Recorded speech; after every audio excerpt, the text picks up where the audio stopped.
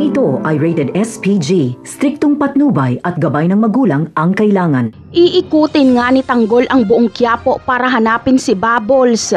Ngunit ang babaeng nakatadhana sa kanya ang kanyang makikita.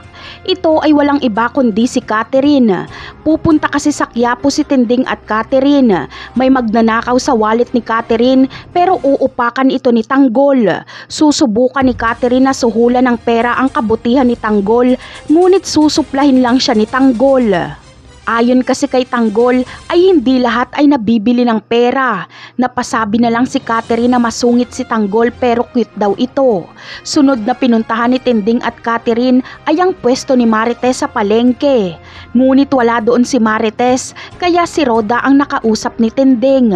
Dito ay napag-alaman ni Tinding na nakalaya na si Tanggol at nakatira sa bahay nila ang kabit ni Rigor na si Lena. Hindi napigilan ni Tinding ang kanyang galit kaya agad niyang sinugod si Lena.